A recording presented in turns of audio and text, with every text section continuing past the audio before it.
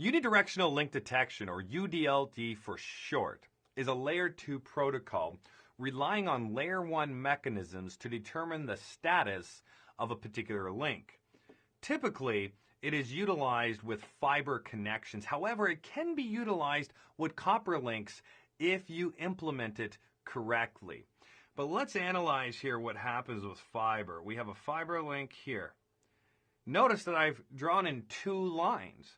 Well, the reason why is because with fiber, we have one of them transmitting traffic one way and the other one transmitting traffic back in the other direction.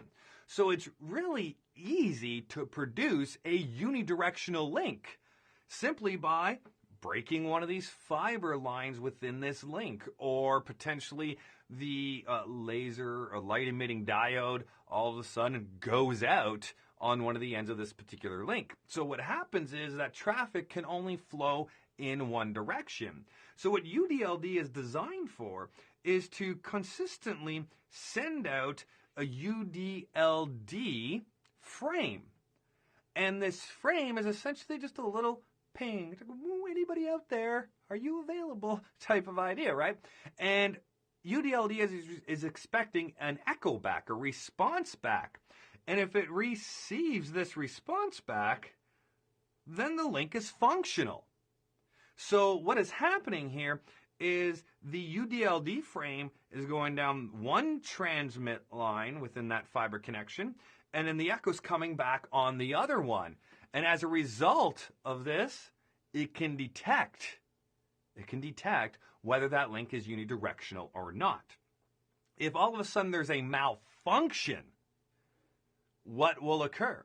Well, with the malfunction, that UDLD frame goes out, but it never makes it back because of maybe the fiber line being cut, or potentially that laser or light emitting diode is not working anymore on that particular interface. So as a result, UDLD can determine in this case that there is a unidirectional link, meaning traffic is only flowing in one way.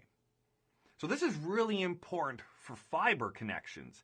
However, without even realizing it, UDLD is providing a very beneficial service to who? To Spanning Tree Protocol. And it doesn't even realize it. You see, this is not even a Spanning Tree Protocol feature, yet it helps out Spanning Tree Protocol behind the scenes. And why is that? Well, if all of a sudden the connection between switch 1 and switch 2 becomes unidirectional, UDLD has the ability to air disable that fiber connection. And since it air disables that fiber connection, it prevents a Spanning Tree Protocol loop from occurring. And now, how would that Spanning Tree Protocol loop occur?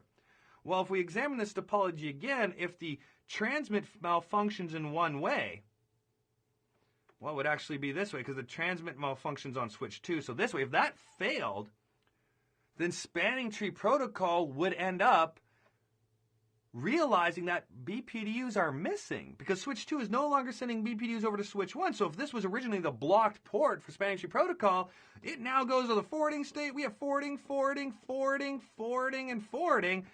And what do we end up with? We end up with a loop.